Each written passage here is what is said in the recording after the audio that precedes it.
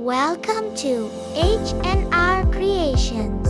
आज हम आपको एक ऐसी कहानी सुनाने जा रहे हैं जिसे सुनकर आपकी आंखों में आंसू आ जाएंगे और दिल बदलने पर मजबूर हो जाएगा। ये कहानी है कराची की गलियों में रहने वाले लड़के की। एक लड़का था जो अपनी जिंदगी में मुकम्मल तौर पर भटक चुका था। ना इसे नमाज की फिक्र थी, ना अल्लाह का खौफ। बुरी सोहबत ने इसे बदल दिया था। जिंदगी एंजॉय करो, कौन देख रहा है? लेकिन एक दिल था जो इसके लिए हर रात तड़पता था।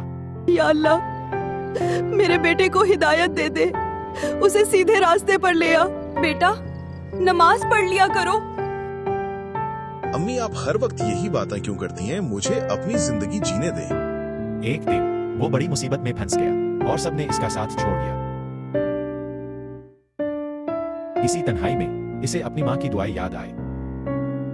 वो रोते हुए घर आया और माँ के कदमों में गिर गया। मुझे माफ कर दे, मैं बदलना चाहता हूँ। माँ ने उसे गले लगा लिया। उसकी दुआएं कबूल हो चुकी थीं। इसी दिन से इसकी जिंदगी बदल गई। वो नमाज पढ़ने लगा, अच्छे काम करने लगा। याद रखे, माँ की दुआ कभी जाया नहीं जाती।